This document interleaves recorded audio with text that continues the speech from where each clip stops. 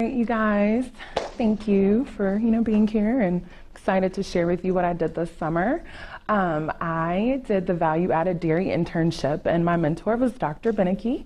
A lot of people know him as Ice Cream Chuck. We did a lot of extension work, and it wasn't so much research, but it was a lot of like going out and dealing with the community and different groups of people. One of the activities we did a lot of was we visited different branches of the East Baton Rouge Parish Library. We went out to Pride, Baker, Bluebonnet, Greenville Springs, and basically we were just showing the kids how to make cheese from simple ingredients like a half gallon of milk, some vinegar, and an enzyme called rennet.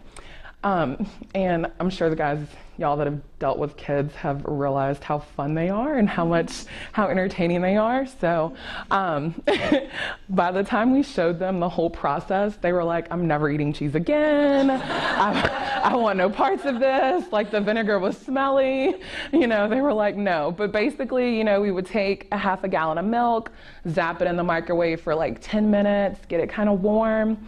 Then took 2 Glad containers, separated the half gallons of milk. In one container, we'd put some vinegar. In the other container, we'd put some rennet. While we were waiting for the reactions to take place, we'd read them a cute little story. It was The Stinky Cheese Man. And y'all, it is so funny. Y'all need to go read it. At the end, he basically just falls in the water and dies. But, right. Right.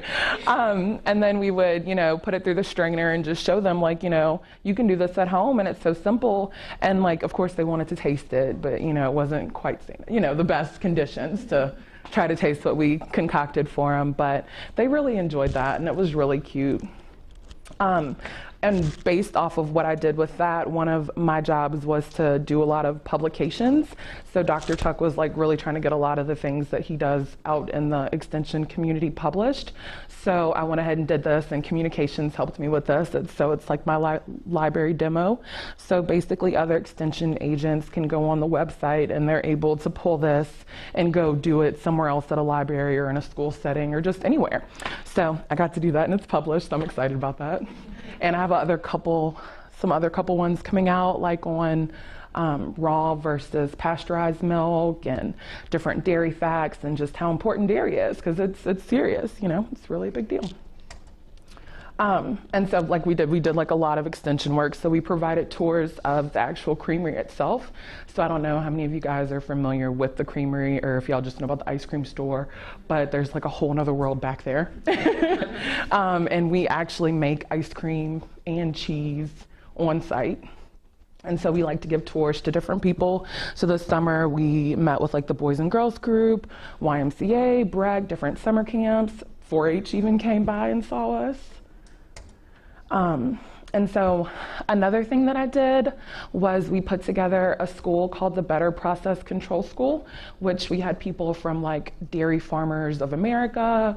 We had a rep from Coca-Cola who does like Fairlife. We had people from the Dairy Alliance. We had some local companies, Southern Hens. It was just basically people that work in different processing facilities that need to know the best methods on how to do retorts and canning, and just basically the most important thing with food processing is not to make people sick. So no, really it is. Like, you don't want people to get sick. So, you have to be sterile. You have to know that your facility that you're processing everything in is sterile as well, and not just your equipment and not just your cans and everything. So it's a lot that really goes into it that you wouldn't think. So we taught it was a 4-day course on that, and they were tested at the end of each chapter, and they had to get at least 70% or they didn't pass. And so it was really fun, and I got to make a lot of contacts with them and some cool different opportunities coming up.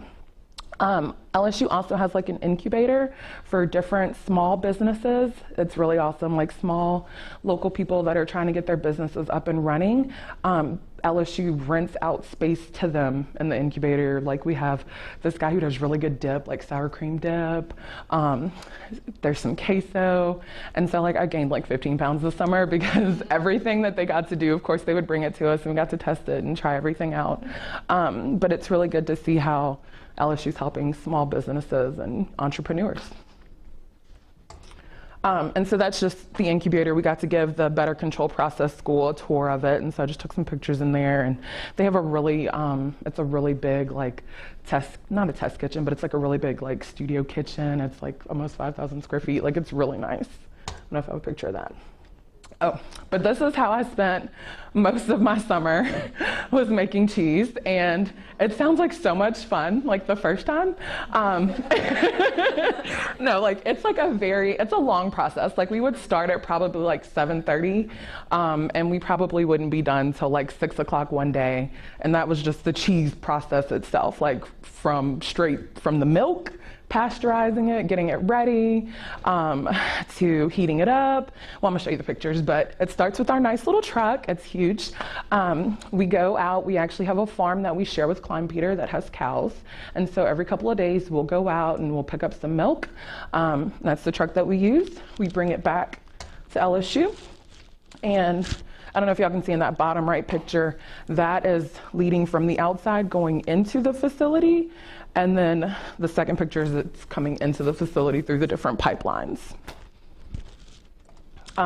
It then flows through into this big vat right here. It then flows to the next vat because it has to get pasteurized, because when it comes in it's raw, and so you don't want to deal with raw milk that much.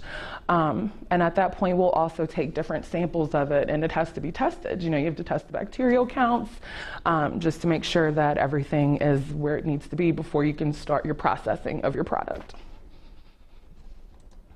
Oh, and that's me. And of course, I have them already thanked for these beautiful pictures. She came out and she got to visit and see what I got to do. But basically, you start with your milk. You pour it in this big old vat. You heat it up. You then add like your food coloring. Well, it depends on what kind of cheese you're making. So at the Dairy Center, we make like a lot of cheddar cheese. And it's not just the white cheddar. It's just so we put a little food coloring in to give it that nice little yellow color. We then add like some calcium. You got to add some calcium back because once you pasteurize the milk, you're killing like all the bad stuff, but some of the good things are also kind of going with it. So you have to add some of the things back into the milk whenever you're making your cheese. I don't know if y'all can see, like we have to check the temperature of it at certain times to make sure it's at the right level because you have to heat it up for a certain amount of time. And then let's see what else. So as you're heating it up and as you're pouring that, what I'm pouring in is the enzyme, which is basically cutting up all the proteins, and it's turning it from the milk into the curds. As y'all can see, it's like not so much just milky anymore, it's yellow, and it has like little yellow cheese curds in the pictures. Well, there's a better one right there. So you basically start with milk and you end up with that. You then have to pack it really, really good. And in those pictures, we're like flipping it. I'm cutting it right there. You're then flipping. It's like almost 40-pound blocks of cheese. Like they're pretty heavy. And it's like about a 500-pound vat. So it's about 800 gallons of milk that go into that vat of cheese. Okay, and this is my favorite machine. I don't know if y'all can see it. It's this one right here. You take that big block of cheese in, and it cuts it into these like little fun pieces, but you have to be really careful because you'll cut your fingers off, like it's really sharp. You then got to season it up with some salt. You put some flavor in there. You then pack it in those little packers, and that's the pressure thing right there on that last picture. It's to squeeze all the excess water and whey, which is the byproduct of the cheese making, out of the cheese. Okay, then you take it out of there. That's our freezer in different pictures, but you take it out. This is actually cheese that I made, so I wanted to show y'all a picture. It's in the freezer. That's my cheese. It'll be ready in about a month. So go check it out. Go get you some. And that's the dairy store. So we also do like a lot of that's part of the creamery, but we were packaging some some small cups for different reasons. Like different groups will come and they'll say, hey, we need an order of this. And so I was responsible for doing that too. So I did a lot on the retail end as well. And I don't know if y'all been in the dairy store, but that's basically it. We have some ice cream, we have a nice meat selection. They also do like coffees and Java Blast and all sorts of good stuff. And basically this summer, we worked on, these were my competency things I had to work on, like patience, planning, presentation skills, technical learning, understanding others. And I can honestly say that I learned a lot about patience and planning, especially with trying to get like my work published, just because it's a lot of going back and forth with different departments. And so you're having to work together as a group. And so you'll want something done, one day and you're like, well, I got everything done. What's the holdup? But you have to realize like all these departments are working together. And so you have to learn some patience with that. And then with Better Process Control School, planning everything. We had to do probably about 30 big old binders, 500 pages, getting all their materials for them, their breakfast every day, their coffee, their whole setup, did everything. Technical learning, what was that?